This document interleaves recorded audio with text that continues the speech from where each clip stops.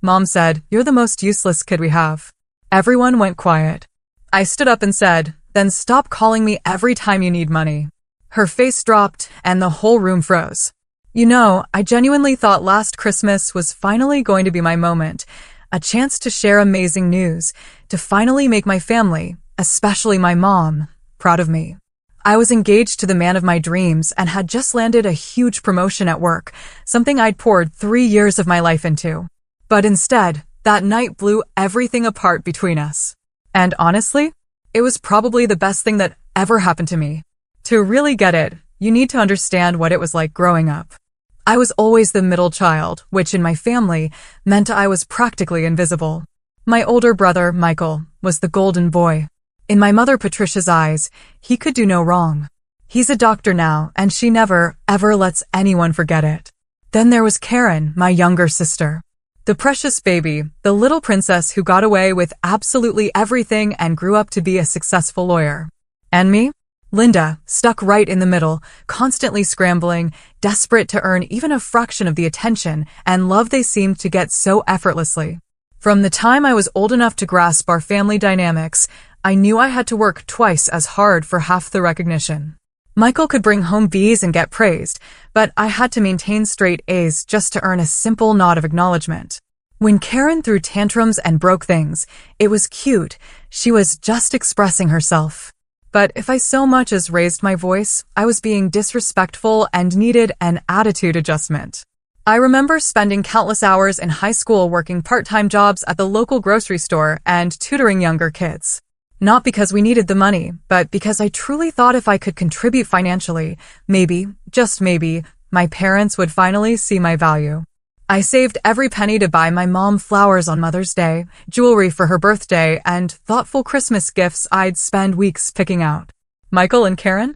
They'd grab something last minute from the mall, and somehow, their gifts always got the biggest smiles and the longest hugs. College was supposed to be my fresh start, my chance to prove myself in a field I was passionate about. I chose marketing because I loved the creativity, the strategy, the way you could tell a story that connected with people. But when I told my family my major, my mother's face fell. It was like I'd just announced I was dropping out entirely. "Marketing," she'd said, her voice dripping with disappointment. "That's not a real career, Linda. That's just playing with pretty pictures and slogans. Why can't you be more like Michael and choose something that actually helps people? Or like Karen, something that requires real intelligence and makes a difference in the world?" Those words stung deeply. More than I let on at the time. But I pushed through, graduated with honors, and landed my first job at a small marketing firm downtown. I worked my way up slowly, taking on extra projects, staying late, coming in early, proving myself over and over. Every small victory, every client I landed, every campaign that succeeded, I'd call home, bursting with excitement to share the news. The conversations always ended the same way. "That's nice, dear. Did I tell you Michael just got published in another medical journal? Or Karen just won another case? She's really making a name for herself." For years, I kept trying. I sent cards for every holiday, called every week, remembered birthdays and anniversaries. When my parents moved into their new house at 26, I spent my entire vacation painting walls and organizing boxes. My siblings? Too busy with their important careers to help. I dog-sit their German Shepherd whenever they went out of town, even though I'm allergic and would spend the whole weekend sneezing and taking antihistamines. Last spring, when my dad Robert had emergency gallbladder surgery, I was the one who took time off work to drive him to appointments and sit with my mom in the waiting room for 6 hours. Michael was in surgery himself that day, and Karen was in court. But somehow, I was the one who got lectured later about how I should have called them both with updates more frequently. The worst part wasn't even the lack of recognition. It was the constant comparison. Every conversation somehow circled back to how much more successful, more attractive, more accomplished my siblings were. Family dinners became endurance tests. Sitting there, listening to endless praise for achievements that honestly weren't any more impressive than my own, but were treated like Nobel Prize wins because they came from the golden children. But this past fall, things in my life finally started clicking into place. David and I had been dating for 2 years, and he proposed during a weekend trip to the mountains in October. The ring was simple, perfect. More importantly, he saw me in a way my family never had. He celebrated my wins at work, encouraged my creative projects, and never once made me feel like I had to compete for his attention or approval. Around the same time, my company promoted me to Senior Marketing Coordinator. It came with a significant salary increase and the chance to lead my own team. It was everything I'd worked toward. For the first time in my adult life, I felt genuinely proud. I couldn't wait to share both pieces of news with my family at Christmas, hoping that maybe, just maybe, this time would be different. Christmas morning started the way it always did at my childhood home on Maple Street. The house was decorated the exact same way it had been for the past 20 years. White lights on the evergreen tree, red and gold ornaments my mother had collected, the same angel topper since I was 5. The smell of cinnamon rolls and coffee filled the air. Christmas music played softly. I arrived around 10 a.m., arms full of carefully wrapped presents, heart full of nervous excitement. David was with his family in Portland, but we'd planned to celebrate when he got back. I'd been carrying my engagement ring in my purse for 2 months, wanting to announce it in person. My dad greeted me at the door with one of his warm bear hugs. Robert had always been the more emotionally available parent, the one who remembered to ask about my job and actually listened. "There's my marketing genius," he said, taking the presents. "How's the new position treating you?" I lit up. "Actually, Dad, I have some really exciting news to share with everyone." "Oh yeah? Can't wait to hear it, sweetheart." My mom appeared in the doorway, wearing the red cashmere sweater I'd bought her for her birthday last year. She looked me up and down with that familiar expression, the one that somehow found fault before I'd even said hello. "Linda, what on earth are you wearing? That green dress makes you look washed out. Didn't I tell you that color doesn't work with your complexion? And your hair looks like you just rolled out of bed. Merry Christmas to you too, Mom." I forced a smile. "I actually spent an hour on my hair this morning." "Well, you should have spent 2, she replied, turning toward the kitchen. "Karen looks absolutely stunning in her new navy suit. You should ask her where she shops." My sister Karen was already in the living room, looking, indeed, gorgeous in a tailored navy outfit that probably cost more than my monthly rent. She worked for a prestigious law firm and had the wardrobe to match. Michael was on the couch in his expensive watch and designer sweater, scrolling through his phone, checking messages from the hospital. "Look who finally decided to show up," Karen said with a smirk. "We've been waiting to start presents." "I'm literally 5 minutes late because I stopped to get gas," I replied, but nobody seemed to be listening. The gift exchange went exactly as I'd expected. Michael gave everyone gift cards he'd clearly picked up last minute, but they were expensive ones from high-end stores. So, Mom gushed about how thoughtful and generous he was. Karen had bought our parents a weekend getaway to some fancy spa resort, which earned her 20 minutes of praise and excited planning conversations. I'd spent weeks picking out personalized gifts for everyone, a vintage medical textbook for Michael related to his specialty, a beautiful leather briefcase for Karen with her initials engraved, and a custom photo album for my parents filled with family pictures from the past decade that I digitized and printed myself. "Oh, how nice," my mother said, flipping through the album quickly. "This must have taken you some time." "I spent about 40 hours on it," I said. "I had to scan all the old photos and restore some damaged ones, then design the layouts." "That's sweet, dear. Michael, show everyone that new watch your colleague gave you." And just like that, the conversation moved on. My dad squeezed my shoulder and whispered, "This is beautiful, Linda." "Thank you." But the moment had already passed. As morning turned into afternoon, more family members arrived. Aunt Susan, Uncle Frank, cousins Janet and Robert Jr., and my grandmother, Eleanor. The house filled with laughter and conversation, and I found myself gravitating toward the kitchen, helping my mother with dinner preparations like I always did. "The turkey needs to come out in 20 minutes, she instructed, not looking up from the potatoes she was mashing. "And someone needs to set the table." "Where's Karen?" "She's in the living room talking to Grandma Eleanor." "Well, she shouldn't have to worry about kitchen work. She works so hard during the week." I bit my tongue. I worked just as hard during the week, but somehow that never seemed to factor into these calculations. As dinner time approached, my nerves built. I'd planned to make my announcement during dessert, when everyone would be relaxed and in a good mood. I kept touching the ring box in my purse, reminding myself that this was good news, happy news, the kind that should bring families together. But as I watched my mother light up every time Michael mentioned his latest case or Karen talked about her recent court victory, I started to wonder if I was setting myself up for disappointment once again. Dinner was served at 3 p.m. sharp, just like every Christmas for as long as I could remember. The dining room table was set with my mother's finest china, the same pattern she'd used for special occasions since I was a child. Grandma Eleanor sat at one end, my father at the other, and the rest of us filled in the sides, according to an unspoken hierarchy that somehow always put me between my youngest cousin and the empty chair where my grandfather used to sit. The conversation flowed easily around topics I'd heard 100 times. Michael's new medical practice expanding, Karen's recent promotion to junior partner, my cousin Janet's wedding planning. I participated when spoken to, laughed at my Uncle Frank's bad jokes, and complimented my Aunt Susan's new haircut, all while waiting for the right moment to share my own news. "So, Linda," my grandmother said during a lull in conversation, "are you still working at that little advertising company downtown?" "Marketing company, Grandma." "And yes, I am. Actually, I have some exciting news about that." Before I could continue, my mother jumped in. "Linda thinks making pretty pictures for businesses is the same as having a real career. I keep telling her she should go back to school for something more substantial, like nursing or teaching."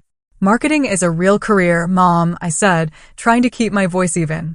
"It's actually a field that requires a lot of strategy and analysis.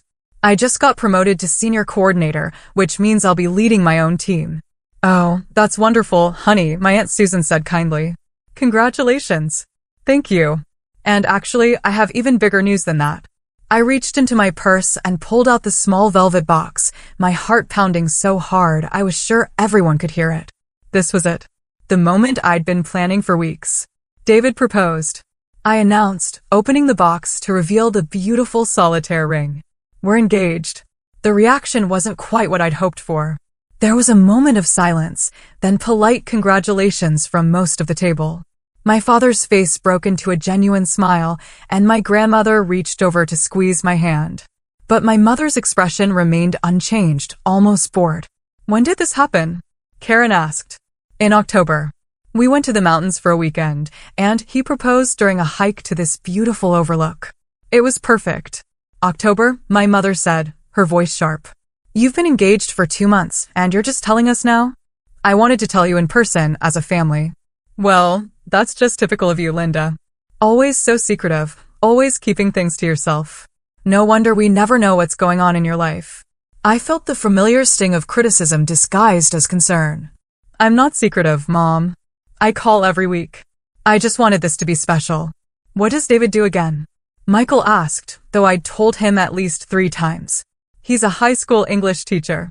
"A teacher?" My mother repeated the word, dripping with disappointment. "Well, I suppose that's stable employment, at least."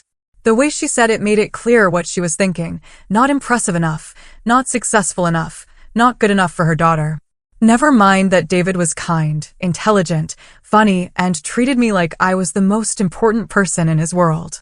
"He's a wonderful man," my grandmother said firmly. "When do we get to meet him properly?" "Soon, I hope. He's with his family in Portland for Christmas, but we're planning to have dinner with everyone next month." "I hope he knows what he's getting into," Karen said with a laugh that didn't quite reach her eyes. "Linda's always been the difficult one in the family." "I'm not difficult," I protested. But my mother was already nodding in agreement. "Linda has always been challenging," she said, as if I weren't sitting right there. "She's never quite figured out how to make things easy on herself or anyone else." The words hit me like a physical blow, but I tried to shake them off. This was supposed to be a celebration, a happy moment. I couldn't let them ruin it. "Well, I think it's wonderful news," my father said, raising his glass of wine. "To Linda and David, may you be very happy together." A few people raised their glasses half-heartedly, but the moment felt forced and awkward. The conversation quickly moved on to other topics, and I found myself sitting there with the ring box still in my hands, feeling smaller and more insignificant than ever. As dessert was being served, my mother launched into a detailed account of Michael's latest professional achievements. He'd been featured in a medical journal, invited to speak at a conference in Chicago, and was being considered for a position at the university hospital. Each accomplishment was described in glowing detail. my mother's pride practically radiating across the table. And Karen, she continued without missing a beat, just won the biggest case of her career. The settlement was in the six figures, and the senior partners are talking about fast-tracking her to full partner. That's amazing, I said, genuinely meaning it. Congratulations, Karen. Thanks, she said, but her attention was already back on her phone. I sat there listening to the praise being heaped on my siblings, waiting for someone to circle back to my engagement or promotion, but it never happened. It was as if I'd never spoken. As if my news didn't matter enough to warrant more than a few seconds of attention. That's when my mother looked directly at me and said the words that would change everything between us forever. You know, Linda, I've been thinking about this engagement of yours, and I have to be honest. I'm worried about David. I mean, what kind of man proposes to you? The table went quiet. Even my cousins looked up from their phones. What do you mean? I asked, though I was afraid I already knew. Well, let's be realistic here. You're 32. You work in a job that barely pays the bills. You live in that tiny apartment, and you've never really accomplished anything significant. You're the most useless child we have. I just hope David realizes what he's signing up for before it's too late. The silence that followed was deafening. I could feel every pair of eyes staring at me, waiting to see how I would react. My Aunt Susan looked horrified. My father was shaking his head in disbelief. Even Michael and Karen seemed shocked by the cruelty of the comment. But for the first time in my life, instead of shrinking back and taking it, instead of making excuses or trying to laugh it off, I felt something different rising up inside me. It was anger, yes, but more than that, it was clarity. It was 32 years of suppressed frustration and hurt, finally finding its voice. I stood up slowly, my hands trembling with emotion, and looked my mother directly in the eyes. Then stop calling me when you need money, I said, my voice steady and clear. Her face fell. The silence that followed my words was so complete that I could hear the grandfather clock ticking in the hallway and the distant sound of Christmas music still playing in the living room. My mother's face went from confident superiority to something I'd never seen before, genuine shock mixed with what looked like panic. What are you talking about? She asked, but her voice had lost all its earlier authority. I'm talking about the $1,500 I've been sending you every month for the past 2 years to cover your car payments, because Dad's business was struggling, I said. I'm talking about the $3,000 I gave you last spring when he needed surgery and your insurance wouldn't cover all the costs.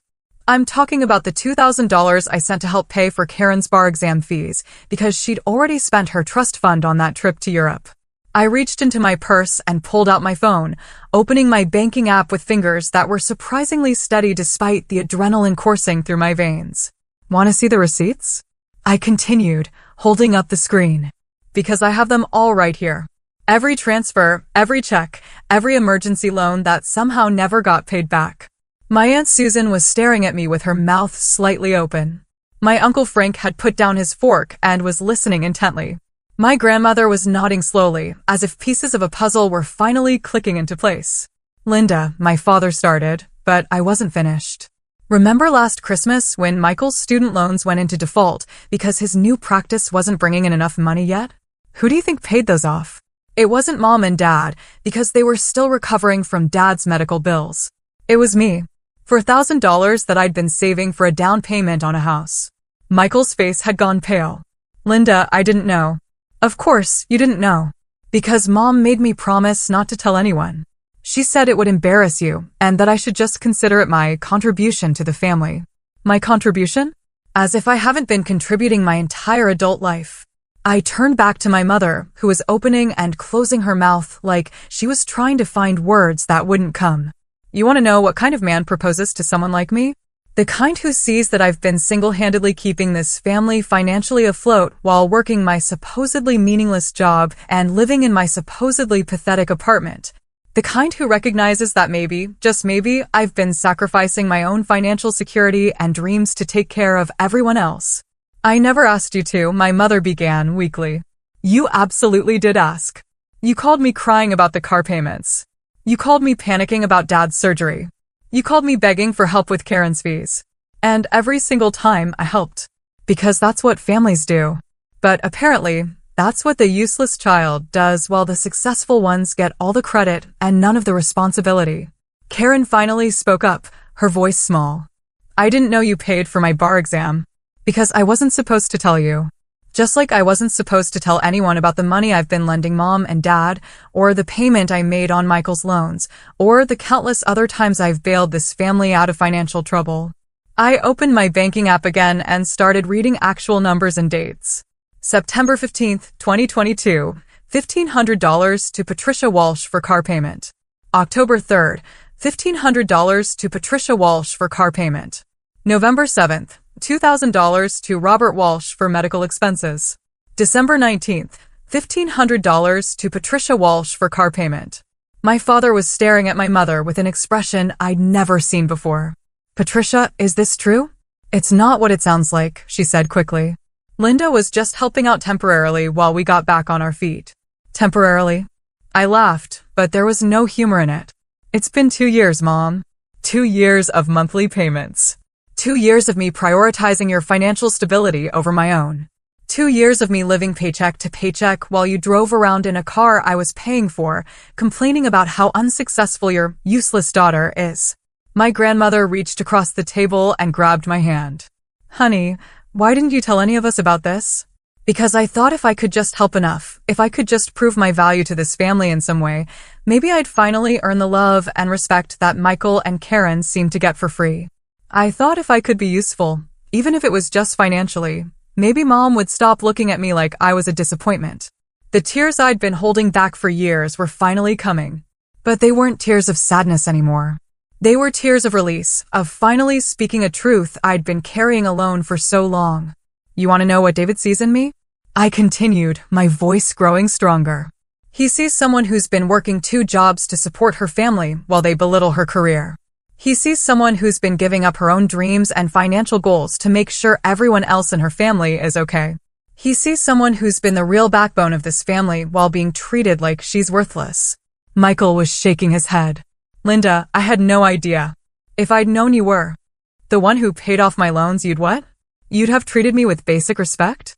You'd have defended me when Mom made her snide comments? Because that's all I ever wanted. Not gratitude, not praise, just basic human decency. I turned to Karen, who was staring down at her plate. And you? Do you have any idea how many times I've covered for you? Not just financially, but in every other way? When you were too hungover to help Mom move, who do you think spent her weekend packing boxes? When you were too busy to visit Dad in the hospital, who do you think sat with him for hours? Linda, my father said quietly. I'm so sorry. I had no idea your mother was asking you for money because she made me promise not to tell you. She said it would hurt your pride and that you are the most financially stable one. It was my responsibility to help.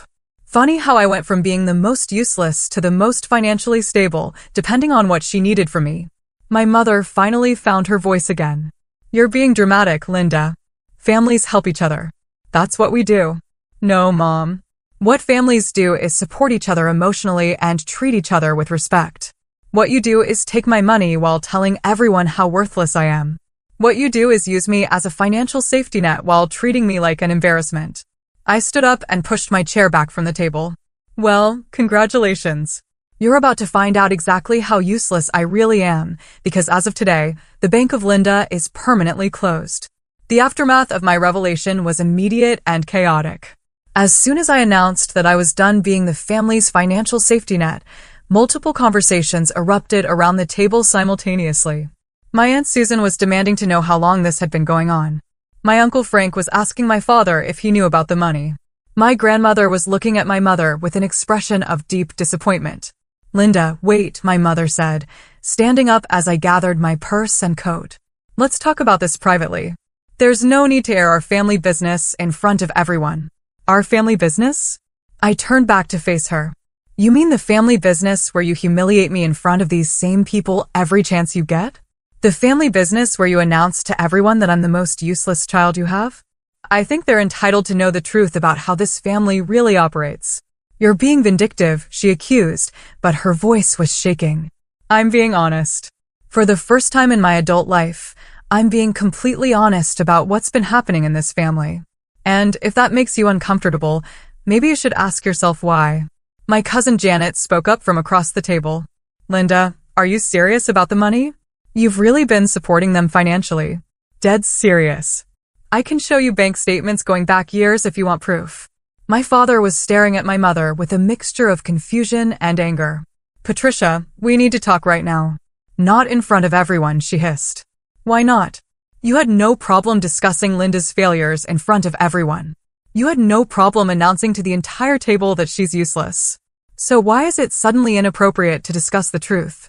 Michael finally spoke up, his voice quiet. Linda, about my student loans. I genuinely didn't know. I thought Mom and Dad had helped me out. I know you didn't know, I said, and I meant it. None of you knew because I was specifically told not to tell you. But Michael, can I ask you something? In all the years we've been adults, have you ever once asked me if I needed help with anything? Have you ever inquired about my finances, my career struggles, my personal life beyond the bare minimum? He was quiet for a long moment. No, he finally admitted. I guess I assumed you were doing fine. You assumed I was doing fine because it was easier than actually paying attention to my life. Just like it was easier for Karen to assume someone else would handle the family emergencies, and easier for Mom to assume I'd always be there to bail everyone out while she criticized everything about me. Karen finally looked up from her plate. I don't understand why you didn't just say no if you didn't want to help. Because I did want to help. I exclaimed. I wanted to help because I love this family, despite everything. I wanted to help because I thought maybe if I proved my value in some tangible way, I'd finally be treated like I mattered.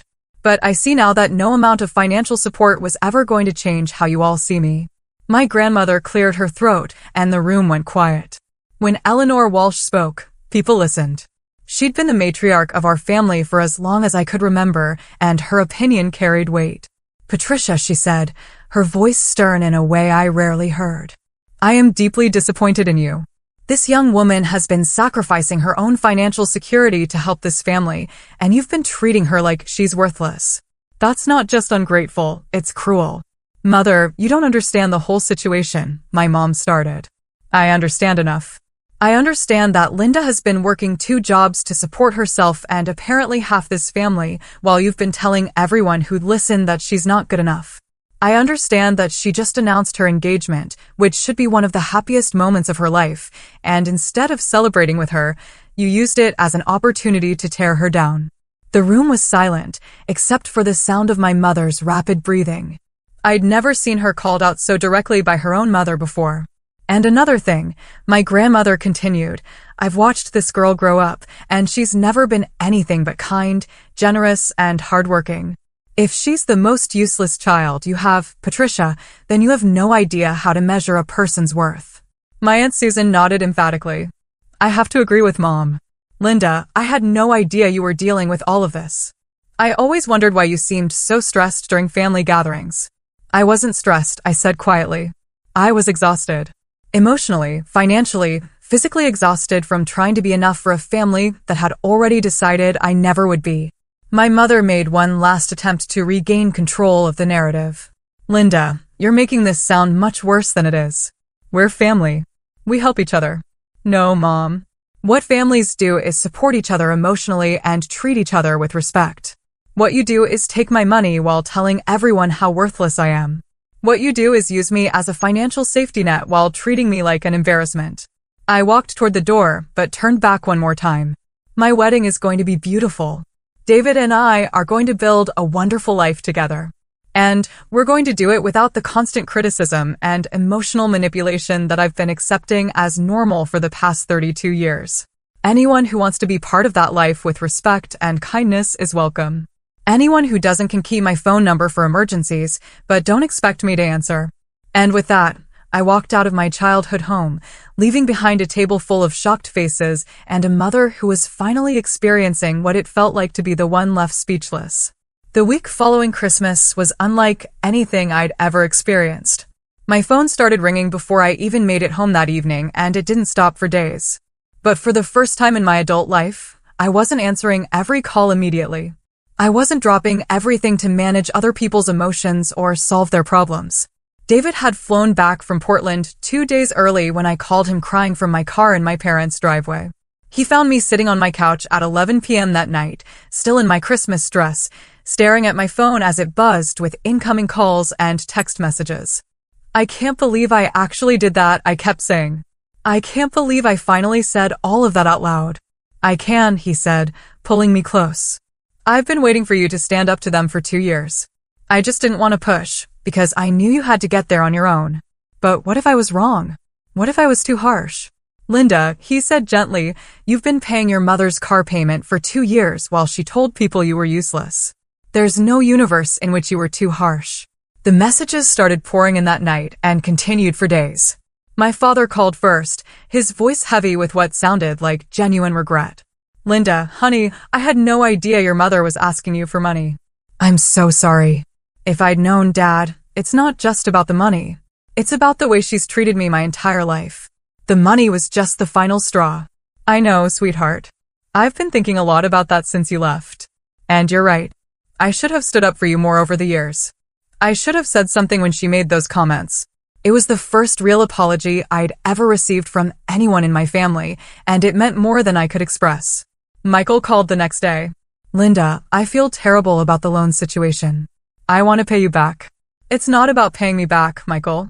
It's about the fact that for all these years, you've been perfectly happy to assume that someone else would handle family problems while you focused on your career. You never once asked if I needed help or support. You're right, he said quietly. I guess I always saw you as the strong one, the one who had everything figured out. I was the one who couldn't say no. There's a difference. Karen took 3 days to call, and when she did, she was defensive. I don't understand why you're being so dramatic about this, Linda. Families help each other out. It's not like anyone forced you to give us money. Karen, do you remember what you said to me at dinner? You said I was the difficult one in the family.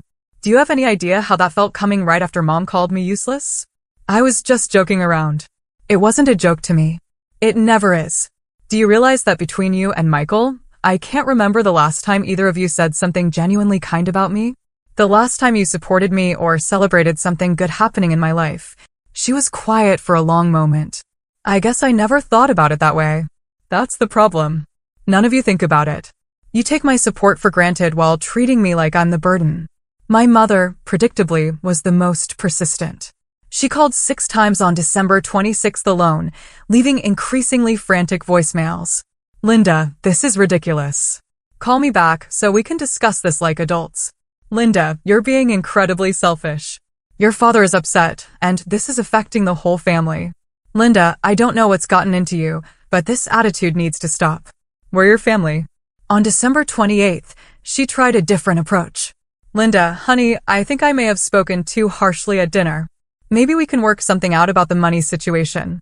But it wasn't until December 30th that she finally called and said the words I'd been waiting 32 years to hear.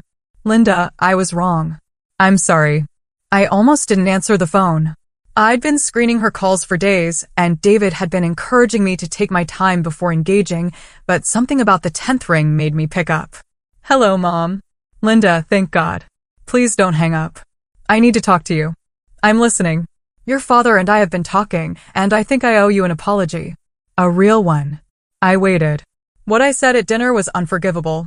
You're not useless. You're the opposite of useless. You've been. God, Linda, you've been holding this family together, and I've been treating you terribly. It was the closest thing to a genuine apology I'd ever received from her. But I wasn't ready to let my guard down completely. Mom, it's not just what you said at dinner. It's been a pattern my entire life. The constant criticism, the comparisons to Michael and Karen, the way you dismiss my career and my accomplishments. I know, she said, and her voice was shaking. I know, and I don't have a good excuse for it.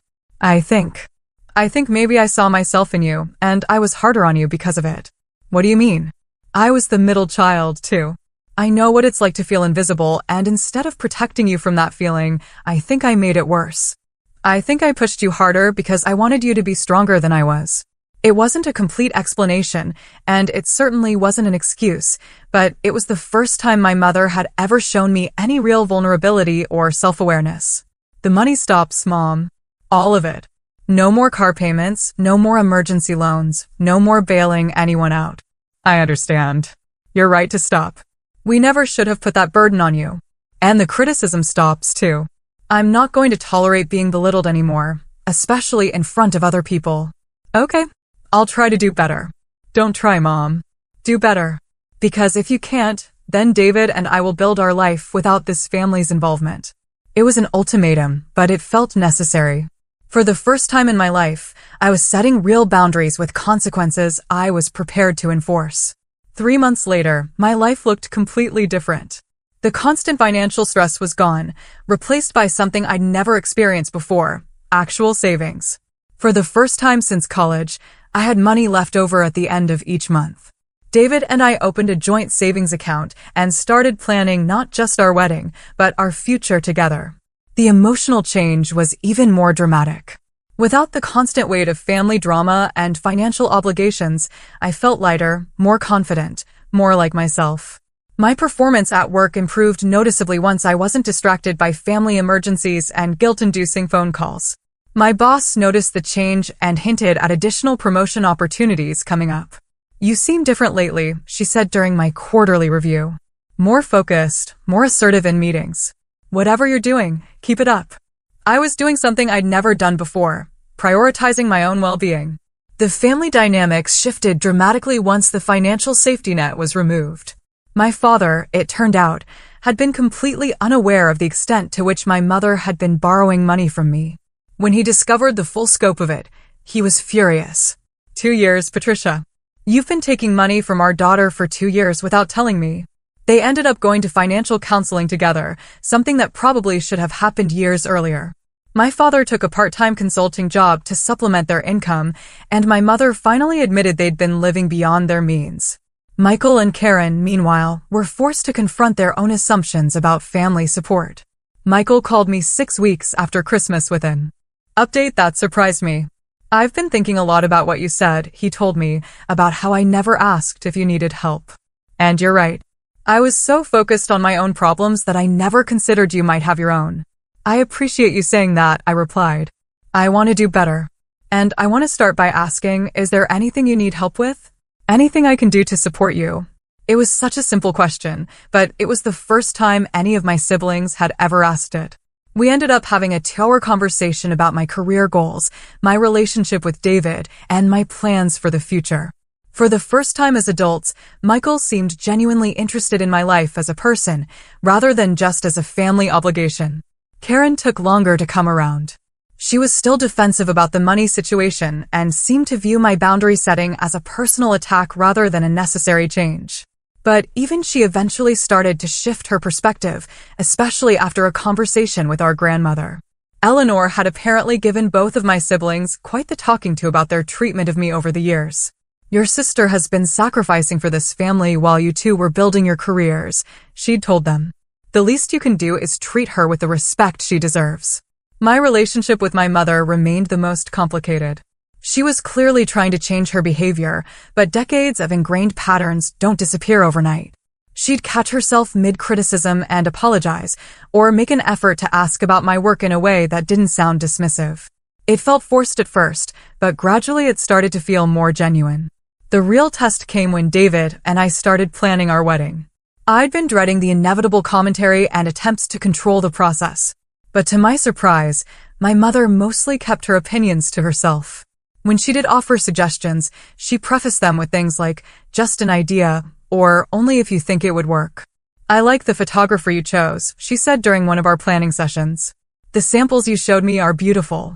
It was such a normal, supportive comment that I almost didn't know how to respond. This was what healthy family interaction was supposed to look like. My father, on the other hand, threw himself into wedding planning with enthusiasm I hadn't expected. He offered to help with costs, insisted on walking me down the aisle, and spent hours researching venues and vendors with me. It was as if he was trying to make up for years of standing by while my mother criticized me. "I'm so proud of you," he told me one afternoon as we sampled cakes at a bakery downtown. "Not just for standing up to your mother, but for building such a good life for yourself. David's a lucky man." Coming from my father, those words meant everything. The biggest surprise was how many other family members reached out to support me once they learned the full story. My Aunt Susan started calling regularly just to check in. My cousin Janet asked if she could help with wedding planning. Even some of my more distant relatives made efforts to connect with me in ways they never had before. "I always sensed there was tension," my Aunt Susan explained, "but I never realized how bad it was." Your mother has always been intense, but I didn't know she was being so unfair to you. It turned out that several family members had noticed the dynamic over the years, but hadn't felt comfortable intervening. My Christmas outburst had given them permission to address what they'd been seeing but ignoring. The most meaningful change was in my relationship with David's family. Without the constant drain of my own family's drama, I was able to invest more emotional energy in building relationships with his parents and siblings. They welcomed me with an openness and warmth that I'd never experienced. And for the first time, I understood what healthy family dynamics actually looked like. Your family is so normal, I told David after a Sunday dinner with his parents where no one criticized anyone, and everyone seemed genuinely happy to be together. Yours can be too, he said. It just takes time and boundaries. He was right. Slowly, carefully, with clear expectations and consequences, some of my family relationships were beginning to heal. Not all of them, and not completely, but enough to give me hope that the future could be different from the past. 6 months after that Christmas dinner, David and I were married in a small ceremony at a historic in about an hour outside the city. The guest list was carefully curated, including only people who had shown genuine support for our relationship and respect for both of us as individuals. My father walked me down the aisle with tears in his eyes. My grandmother sat in the front row, beaming with pride. My mother was there too, dressed beautifully and behaving perfectly, but I could see the effort it was taking her to hold back her usual commentary. Michael and Karen both attended and even seemed genuinely happy for us. But the people who mattered most were the ones who had supported me unconditionally. David's family, who had embraced me from the beginning, my Aunt Susan and cousin Janet, who had become real sources of emotional support, and my longtime friends, who had watched me struggle with family dynamics for years and were thrilled to see me finally standing up for myself. You look radiant, my grandmother whispered as she hugged me after the ceremony. Not just beautiful, but truly happy. That's what I've been waiting to see. During the reception, my father gave a speech that brought me to tears. Linda has always been the heart of our family, he said, even when we didn't appreciate her properly. She's kind, generous, hardworking, and loyal to a fault. David, you're not just marrying a wonderful woman. You're marrying someone who will move heaven and earth for the people she loves. I just hope you never take that for granted the way some of us have. It was his public acknowledgement of the years of imbalance, and it meant everything to me. Even my mother managed to say something appropriate during her brief remarks. Linda, I'm sorry it took me so long to see what an amazing daughter I have. I hope you and David build a beautiful life together. It wasn't a complete repair of our relationship, but it was progress. The most important moment of the day, though, came during our first dance. As David and I swayed to music in front of all the people who truly cared about us, I realized that I felt something I'd never felt before at a family gathering, completely, genuinely happy. No regrets? David whispered in my ear. None, I said, and I meant it completely. The months that followed were a revelation. Marriage to David was everything I'd hoped it would be and more. We bought a house together, using the money I'd been able to save once I stopped subsidizing my family's lifestyle. We traveled. We entertained friends. We built traditions that were ours alone. My career flourished in ways I'd never imagined possible. Without the constant emotional drain of family drama, I had energy to invest in my work that I'd never had before. I led successful campaigns, built strong relationships with clients, and earned the promotion my boss had hinted at. The girl who had been called useless was now running her own department. Some family relationships continued to improve gradually. My father and I developed a genuine friendship, talking regularly about everything from work to books to his new hobby of woodworking.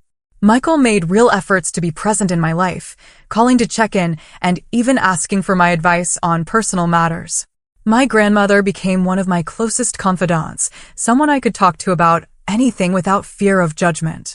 My relationship with my mother remained complicated but functional. She still struggled with her tendency to criticize, but she caught herself more often and made real efforts to be supportive. When I told her I was considering going back to school for an MBA, she surprised me by saying, "That sounds like a wonderful opportunity. You'd be excellent at that." It wasn't the enthusiastic support I might have gotten from Michael or Karen, but it was respectful and encouraging, which was more than I'd ever expected from her. Karen and I found a cordial but distant equilibrium.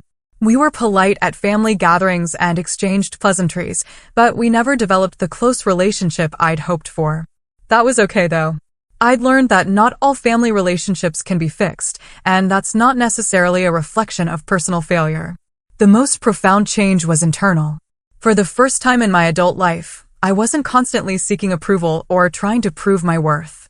I knew who I was, what I'd accomplished, and what I brought to my relationships.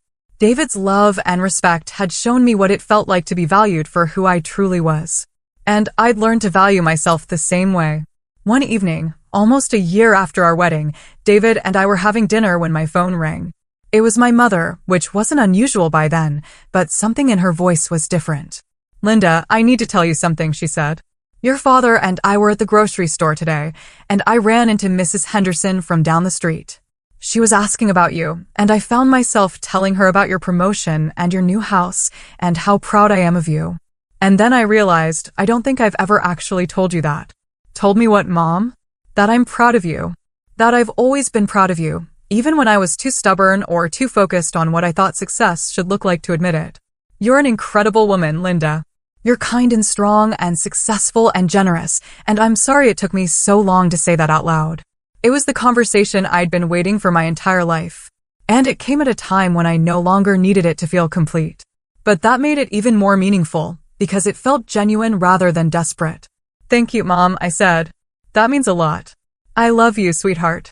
I should have been saying that more often, too. "I love you, too." After I hung up, David looked at me with a smile. "How does it feel?" "Good," I said. And I was surprised to realize I meant it. "It feels really good. But also, I think I would have been okay either way." And that was the real victory. Not that my family had finally learned to treat me with respect, though that was wonderful. The real victory was that I'd learned to respect myself enough to demand better treatment and to build a life that didn't depend on their approval for my happiness. I'd learned that sometimes the most loving thing you can do for yourself and for others is to stop accepting unacceptable behavior. I'd learned that financial independence and emotional independence go hand in hand. Most importantly, I'd learned that the family you choose can be just as important as the family you're born into, and that surrounding yourself with people who see your worth doesn't make you selfish. It makes you whole. The little girl who had spent her childhood trying to earn love had grown into a woman who knew she was worthy of love just as she was. And that made all the difference in the world. Have you ever had to set difficult boundaries with family members who took your support for granted? I'd love to hear your stories in the comments below. And if this resonated with you, thank you for listening to my story, and I hope it helps someone else find the courage to speak their truth. Wishing you all the strength to know your worth and the courage to demand the respect you deserve.